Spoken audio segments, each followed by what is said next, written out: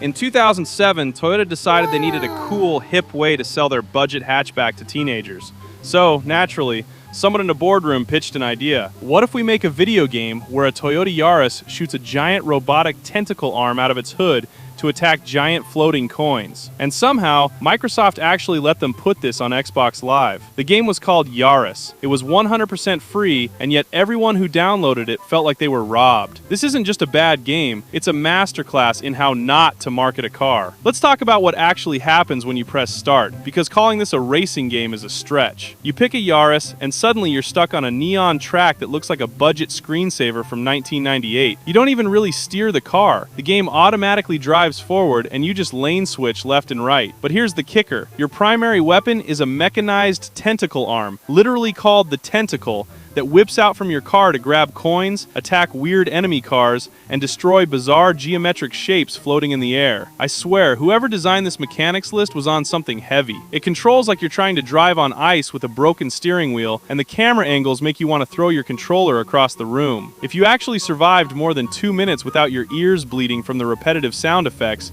you could visit the garage. And what could you buy with your hard-earned coins? Better tires? Nitro? No. You bought stronger tentacles and custom paint jobs for a car that looks like an egg. The difficulty curve was hilarious too. The game was either painfully boring or completely unfair. Enemies would swarm you from off screen, your health bar would melt in 2 seconds, and because the hitboxes were so broken, half your attacks wouldn't even register. It was pure, unadulterated torture disguised as a free download. Yaris was received so terribly by players and reviewers, getting literal 1 out of 10s across the board, that Toyota quietly pretended it never happened. Eventually, Microsoft pulled the game off Xbox Live Arcade entirely. You can't even re-download it today unless you already had it on your hard drive back in the day. It stands as this legendary, bizarre relic of the mid-2000s when corporate brands thought they could just slap their product into a broken 3D game and call it marketing. Look, free games are usually hit or miss, but Yaris was an absolute train wreck. Did any of you actually suffer through this free download on your Xbox 360 back in 2007?